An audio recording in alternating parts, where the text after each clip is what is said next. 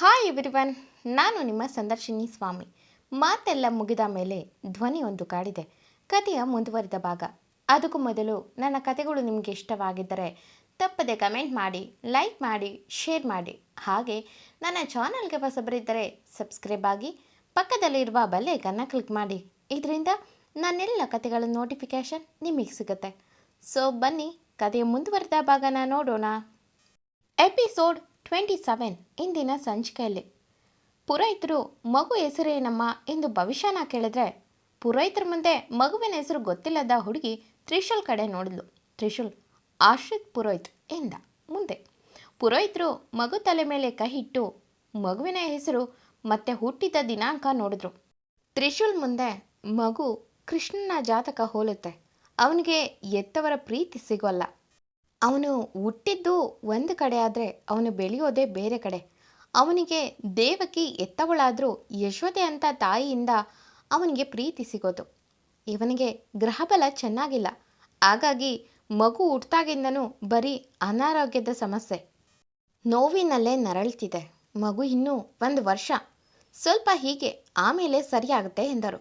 ತ್ರಿಶೂಲ್ ಇನ್ನೂ 1 ವರ್ಷನಾ ಎಂದ ಹುಬ್ಬು ಬೆಸೆದು. ಪುರೋಹಿತರು ಹೌದಪ್ಪ, ಈ ಮಗುಗೆ ಸ್ವಲ್ಪ ಕಂಟಕ ಇದೆ. ತುಂಬ ಜೋಪಾನವಾಗಿ ನೋಡ್ಕೋಬೇಕು. ಸ್ವಲ್ಪ ಅಸಡ್ಡೆ ಮಾಡಿದ್ರೂ ಮಗು ಜೀವನ ಪರ್ಯಂತ ತಲೆ ಸರಿಯಿಲ್ಲದಂತೆ ಜೀವನ ಮಾಡಬೇಕಾಗತ್ತೆ ಎಂದರು. ಅವರ ಮಾತು ಕೇಳಿದ ತ್ರಿಶೂಲ್ ದವಡೆ ಬಿಗಿದು ಕೋಪದಲ್ಲಿ ಮುಷ್ಟಿ ಬಿಗಿದ್ರೆ, ಅವನನ್ನು ನೋಡಿದ ಭವಿಷ್ಯ ಅವನ ಕೈ ಹಿಡಿದು ಕತ್ತಾಡಿಸಿ ಸುಮ್ಮನಿರಿ ಎನ್ನುವಂತೆ ಕಣ್ಣಲ್ಲೇ ಸನ್ನೆ ಮಾಡಿದ್ರು. ಪುರೋಹಿತರು ತ್ರಿಶೂಲ್ ಮುಖನ ಓದಿದವರಂತೆ, ಹೌದಪ್ಪ, ನಿನ್ನ ಬಳಿ ಸುಳ್ಳು ಹೇಳಿದರೆ ನನಗೇನು ಸಿಗುತ್ತೆ? ಇವನಿಗೆ ಬುದ್ಧಿ ಕ್ಲೇಶ ಅಂತಿದೆ. ಹಾಗಾಗಿ ಮಗು ಇನ್ನು ಚಿಕ್ಕದು, ಬೀಳೋದು ಹೇಳೋದು ಸಾಮಾನ್ಯ. ಬಿದ್ದಾಗ ತಲೆಗೆ ಪೆಟ್ಟಾಗೋ ಸಾಧ್ಯತೆ ಜಾಸ್ತಿ ಕಾಣ್ತಿದೆ. ಅದಕ್ಕೆ ನಾನು ಹೇಳಿದ್ದು ಎಂದರು. ಬಹುಶಃ ಪುರೋಹಿತರೆ, ಎಲ್ಲ ಸಮಸ್ಯೆಗೂ ಒಂದು ಪರಿಹಾರ ಅಂತ ಇರುತ್ತೆ ಅಲ್ವಾ? ಹಾಗಾಗಿ ಇದಕ್ಕೂ ಒಂದು ಪರಿಹಾರ ಇಲ್ವಾ ಎಂದು ಕೇಳಿದ್ಲು. ಪುರೋಹಿತರು ಇದೆಯಮ್ಮ, ಆದರೆ ಅದು ತುಂಬ ಕಠಿಣ. ನೀವು ಶ್ರೀಮಂತರ ಮನೆಯವರು, ನೀವು ಅದನ್ನೆಲ್ಲ ಮಾಡಲ್ಲ. ಅದಕ್ಕೆ ನಿಮಗೆ ಅದು ಸಾಧ್ಯ ಇಲ್ಲ ಎಂದರು. ಬಹುಶಃ ಏನು ಮಾಡಬೇಕು ಅದನ್ನು ನನಗೇಳಿ, ನಾನು ಮಾಡ್ತೀನಿ ಎಂದಳು. ಪುರೋಹಿತರು ನೀನು ಈ ಮಗುಗೆ ಏನಾಗಬೇಕು ಎಂದು ಕೇಳಿದರು. ಬಹುಶಃ ಏನು ಸಂಬಂಧ ಇಲ್ಲ ಎಂದಳು. ಪುರೋಹಿತರು ತಂದೆ ಅಥವಾ ತಾಯಿ ಮಾಡಬೇಕಾದ ಕೆಲಸ ಇದು ಎಂದರು. ತ್ರಿಶೂಲ್ ನಾನು ಮಾಡ್ತೀನಿ ಎಂದ. ಪುರೋಹಿತರು ತ್ರಿಶೂಲ್ ಮುಖ ನೋಡಿ, ನೀನು ಈ ಮಗುಗೆ ನಿಜವಾದ ತಂದೆ ಅಲ್ಲ ಎಂದರು. ತಕ್ಷಣ ಭವಿಷ್ಯ, ಪುರೋಹಿತ್ರೆ, ನಾನು ಈ ಮಗುನ ದತ್ತು ತಗೋತೀನಿ, ಆಗ ನಾನು ಅದು ಮಾಡ್ಬೋದಲ್ವಾ ಎಂದು ಕೇಳಿದ್ಲು, ಯಾವುದೇ ಏರಿಳಿತವಿಲ್ಲದೆ.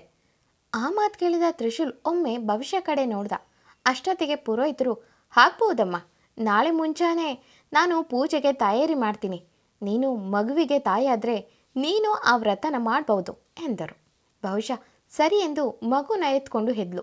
ತ್ರಿಶೂಲ್ ಮನದಲ್ಲೇ, ಇವಳು ಮಗುನ ದತ್ತು ತಗೊಂಡ್ರೆ ನನ್ನ ಮಗು ಇವಳ ಜೊತೆಗೆ ಇರುತ್ತೆ. ಮತ್ತು ಭುವನ್, ಅವನು ಒಂಥರದ ಮನುಷ್ಯ. ಆಮೇಲೆ ಇದರಿಂದ ಇವರಿಬ್ಬರ ಮಧ್ಯೆ ತೊಂದರೆ ಆಗೋದು ಬೇಡ ಎಂದು ಪುರೋಹಿತರು ಹೋದ್ರ ಮೇಲೆ ಭವಿಷ್ಯ ಕಡೆ ತಿರುಗಿ, ನೀನು ತುಂಬ ರಿಸ್ಕ್ ತಗೋತಿದ್ಯಾ ಭವಿಷ್ಯ ಎಂದ ಗಂಭೀರವಾಗಿ. ಭವಿಷ್ಯ, ಯಾಕೆ ಸರ್, ಏನಾಯಿತು ಎಂದಳು. ತ್ರಿಶೂಲ್, ನಿನ್ನ ಗಂಡನ್ನ ಒಂದು ಮಾತು ಕೇಳದೆ ನೀನು ಇಂಥ ಒಂದು ನಿರ್ಧಾರನ ತಗೋಬಾರ್ದು. ನಾಳೆ ಪೂಜೆಗೆ ನಾನೇ ಕೂರ್ತೀನಿ, ನಾನೇ ಮಗುನ ದತ್ತು ಸ್ವೀಕಾರ ಮಾಡ್ತೀನಿ, ಆ್ಯಂಡ್ ಅಫಿಷಿಯಲಿ ಅವನನ್ನು ನನ್ನ ಮಗ ಎಂದು ರಿಜಿಸ್ಟರ್ ಮಾಡ್ತೀನಿ ಎಂದ. ಭವಿಷ್ಯ ಒಂದು ನಗು ಚೆಲ್ಲಿ, ಯಾರ ಹೆಂಡ್ತಿ ಸರ್ ಎಂದಳು. ಆಶ್ಚರ್ಯದಲ್ಲಿ ತ್ರಿಶೂಲ್, ಭುವನ್ ನಿನ್ನ ಗಂಡ ಅಲ್ವಾ ಎಂದ. ಭವಿಷ್ಯ ಜೋರಾದ ನಿಟ್ಟುಸಿರು ಬಿಟ್ಟು, ಒಂದು ಕಾಲದಲ್ಲಿ, ಅದು ಎಷ್ಟು ದಿನ, 4 ತಿಂಗಳು ಅಷ್ಟೇ. ಹೆಂಡತಿಯಾಗಿ ಅಲ್ಲ, ಮನೆ ಕೆಲಸದೊಳಗೆ ಅಷ್ಟೇ.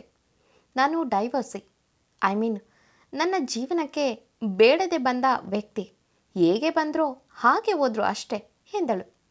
ತ್ರಿಶೂಲ್ ಮನದಲ್ಲಿ, ಅಂದರೆ ಭುವನ್ ಮತ್ತು ಭವಿಷ್ಯ ಮಧ್ಯೆ ಏನೆಲ್ಲ ನಡೆದಿದೆ ಅಂತ ಹೇಗೆ ತಿಳಿಯೋದು ಎಂದು ಯೋಚಿಸ್ದ. ಆದರೆ ಭವಿಷ್ಯ, ಸರ್ ಚಿಂತೆ ಮಾಡಬೇಡಿ, ನನಗೆ ಹೇಳೋಕೆ ಕೇಳೋಕೆ ಯಾರೂ ಇಲ್ಲ. ಈ ಮಗು ಅಷ್ಟೇ ನನಗೆ.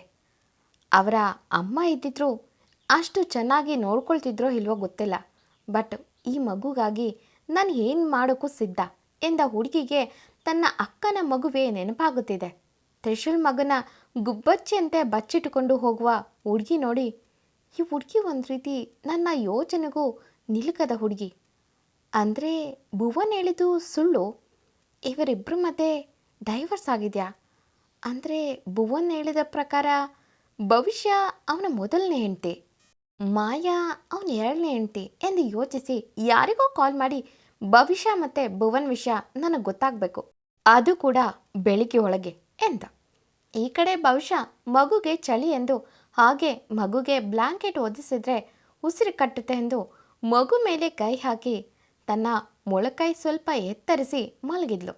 ತ್ರಿಶೂಲ್ ಅರ್ಧ ರಾತ್ರಿನಲ್ಲಿ ಎದ್ದು ನೋಡಿದ್ರೆ ಭವಿಷ್ಯ ಕೈ ಹೇಗಿತ್ತೋ ಹಾಗೇ ಇದೆ. ತ್ರಿಶೂಲ್, ಈ ಹುಡುಗಿಗೆ ಕೈ ನೋವು ಬಂದಿಲ್ವಾ? ಒಂದೇ ಥರ ಮಗುಗೆ ಹೀಗೆ ಬ್ಲಾಂಕೆಟ್ನ ಒದಿಸ್ಕೊಂಡು ಮಲಗಿದ್ದಾಳೆ ಎಂದು ಏನೋ ಒಂದು ಭಾವ ಅವನಲ್ಲಿ ಹಾದು ಹೋಗಿತ್ತು. ಬೆಳಿಗ್ಗೆವರೆಗೂ ಒಂದೇ ಥರ ಹುಡುಗಿ ಮಲಗಿದ್ದು ನೋಡಿ ತ್ರಿಶೂಲ್, ಈ ಹುಡುಗಿ ತುಂಬ ಸ್ಟ್ರಾಂಗ್ ಎಂದುಕೊಂಡು ಜಯನ ಎಬ್ಸಿ ಭವಿಷ್ಯ ಕೈನ ಇಳಿಸೋಕೆ ಹೇಳ್ದ.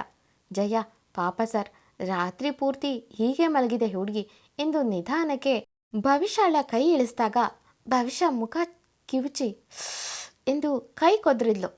ತುಂಬ ನೋವಾಗಿತ್ತು. ಹಾಗೆ ಒಂದೇ ಸಮನೆ ಹಿಡ್ದಿದ್ರಿಂದ. ಇತ್ತ ತ್ರಿಶೂಲ್ಗೆ ಕಾಲ್ ಬಂತು. ಅವನು ರಾತ್ರಿ ನೇಮಿಸಿದ್ದ ಕೆಲಸ ಮಾಡಿ ಕಾಲ್ ಮಾಡಿದ್ರು. ತ್ರಿಶೂಲ್ ಹೊರಗೋಗಿ ಕಾಲ್ ರಿಸೀವ್ ಮಾಡ್ದ. ಆ ಕಡೆಯಿಂದ ಭವಿಷ್ಯ ಫಾಸ್ಟ್ ಮತ್ತು ಪ್ರೆಸೆಂಟ್ ಅಂದರೆ ಅವಳು ಎಲ್ಲ ಆಸ್ತಿ ಭುವನ್ಗೆ ವಾಪಸ್ ಕೊಟ್ಟಿರೋದು ಹೇಳಿ ಕಾಲ್ ಕಟ್ ಮಾಡ್ದ. ತ್ರಿಶೂಲ್ ಮನೆಯಲ್ಲೇ ಜೀವನದಲ್ಲಿ ತುಂಬ ಕಷ್ಟಪಟ್ಟಿದ್ದರು. ಈ ಹುಡುಗಿ ಮುಖದಲ್ಲಿ ಅಷ್ಟು ಪ್ರಶಾಂತತೆ ಹೇಗೆ ಸಾಧ್ಯ ಎಂದು ಹೊಳೆ ಬಂದ. ಭವಿಷ್ಯ ಆಗಲೇ ಎದ್ದಿದ್ಲು. ಜಯ ತ್ರಿಶೂಲ್ ಮುಖ ನೋಡಿ, ಸರ್, ಸ್ನಾನ ಮಾಡಿ ಬರ್ತೀರಾ ಎಂದಳು. ಭವಿಷ್ಯ, ಜಯ ಅಕ್ಕ, ಈಗ ತಣ್ಣೀರಿರುತ್ತೆ, ಸ್ವಲ್ಪ ಸಮಯ ಬಿಟ್ಟು ಮಾಡಲಿ ಎಂದು ಬಟ್ಟೆ ಹಿಡಿದು ಹೊರಡುವ ಹುಡುಗಿ ಇವರಿಗೆಲ್ಲ ಬಿಸಿ ನೀರಿನ ವ್ಯವಸ್ಥೆ ಮಾಡ್ತಾಳೆ. ಅದು ಮೊದಲೇ ಆಶ್ರಮ ಆಗಿದ್ದರಿಂದ ಇವರೇ ಇವರ ಕೆಲಸಗಳನ್ನು ಮಾಡ್ಕೋಬೇಕಾಗಿತ್ತೆ. ಭವಿಷ್ಯ ಬಿಸಿ ನೀರು ಕಾಯಿಸಿ ತಾನೇ ಬಕೆಟ್ ಕೊಟ್ಟು ಸ್ನಾನ ಮಾಡಿ ಬನ್ನಿ ಎಂದಳು. ತ್ರಿಶೂಲ್ಗೆ ಇದೆಲ್ಲ ಹೊಸದು. ಅವನು ಈ ಥರ ಉಳಿದಿರೋದೇ ಮೊದಲು. ಸುತ್ತ ಸುಮಾರು ಕಿಲೋಮೀಟರ್ ಯಾವ ಹೋಟೆಲ್ಗಳಿಲ್ಲದ ಕಾರಣ ಬಂದಂಥ ಭಕ್ತ ಜನಗಳು ಇಲ್ಲೇ ಆಶ್ರಮದಲ್ಲಿ ತಂಗೋರು, ಇಲ್ಲ ಪೂಜೆ ಮುಗಿಸಿ ಅಲ್ಲಿಂದ ಹೊರಡ್ತಿದ್ರು. ತ್ರಿಶೂಲ್ ಸ್ನಾನ ಮಾಡಿ ಬಂದು ಭವಿಷ್ಯ ಬಳಿ ತಾನೇ ಪೂಜೆಗೆ ಕೂರ್ತೀನಿ ಎಂದು ಹೇಳೋಕೆ ಹುಡುಕಿ ಹೋಗ್ತಾನೆ. ಆದರೆ ಅಲ್ಲಿ ಭವಿಷ್ಯ ತಣ್ಣೀರಲ್ಲಿ ಮಿಂದೆದ್ದು ದೇವರಿಗೆ ಪ್ರದಕ್ಷಿಣೆ ಹಾಕುತ್ತಿದ್ದ ಹುಡುಗಿ ನೋಡುತ್ತಾ ಹಾಗೆ ನಿಂತ. ಬಿಸಿ ನೀರಲ್ಲಿ ಸ್ನಾನ ಮಾಡಿದ್ರೂ ನನಗೆ ಚಳಿ ತಡೆಯೋಕ್ಕಾಗ್ತಿಲ್ಲ. ಆದರೆ ಈ ಹುಡುಗಿ ಹೀಗೆ ತಣ್ಣೀರಲ್ಲಿ ಸ್ನಾನ ಮಾಡೋದು ಅಂದರೆ ಏನು ಎಂದು ಹಾಗೆ ನೋಡುತ್ತಾ, ಈ ಕಾಲದಲ್ಲೂ ಈಗಿರ್ತಾರಾ ಎಂದು ಯೋಚಿಸುತ್ತಾ ಹಾಗೆ ನಿಂತಿದ್ದ.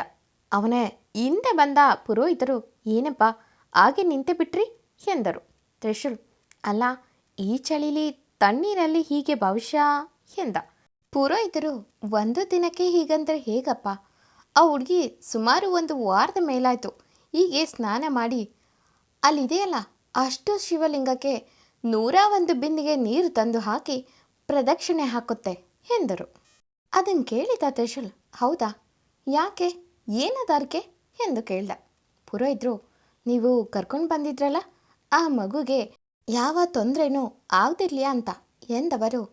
ಶಿವ, ಆ ಹುಡುಗಿ ಜೀವನ ಹೇಗೆ ಬರ್ದಿದ್ದಾನೋ ಏನೋ, ಒಳ್ಳೆ ಹುಡುಗಿ, ಯಾರದ್ದೋ ಜೀವಕ್ಕೆ ಮಿಡಿಯುವ ಮನಸ್ಸು, ಹೀಗೆ ಎಲ್ರಿಗೂ ಇರಲ್ಲ ಎಂದು ಬನ್ನಿ ಬೇಗ ಎಂದು ಅಲ್ಲಿಂದ ಹೋಗ್ತಾರೆ.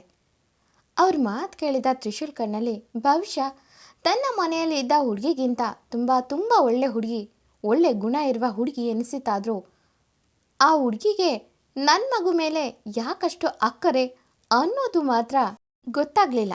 ಭವಿಷ್ಯಗೆ ಆ ಮಗು ನೋಡಿದಾಗೆಲ್ಲ ತನ್ನ ಅಕ್ಕನ ಮಗು ನೋಡಿದಂತೆ ಫೀಲ್ ಕೊಡ್ತಿತ್ತು. ಅದಕ್ಕೆ ಅವಳು ಯಾವ ಕೆಲಸಕ್ಕೂ ಸೀತಳಾಗಿರ್ತಿದ್ಲು. ಮುಂದೆ ಭವಿಷ್ಯ ತ್ರಿಶೂಲ್ ಮಗನ ದತ್ತು ಪಡೆದು ತಾಯಾಗ್ತಾಳ? ಮುಂದಿನ ಎಪಿಸೋಡ್ಗಳಲ್ಲಿ ನೋಡೋಣ. ಎಂದಿನಂತೆ ಈ ಕತೆ ಮುಂದುವರಿಯೋದು. ಈ ಕತೆ ನಿಮಗೆ ಇಷ್ಟವಾಗಿದ್ದರೆ ತಪ್ಪದೆ ಕಮೆಂಟ್ ಮಾಡಿ, ಲೈಕ್ ಮಾಡಿ, ಶೇರ್ ಮಾಡಿ. Thank you for watching.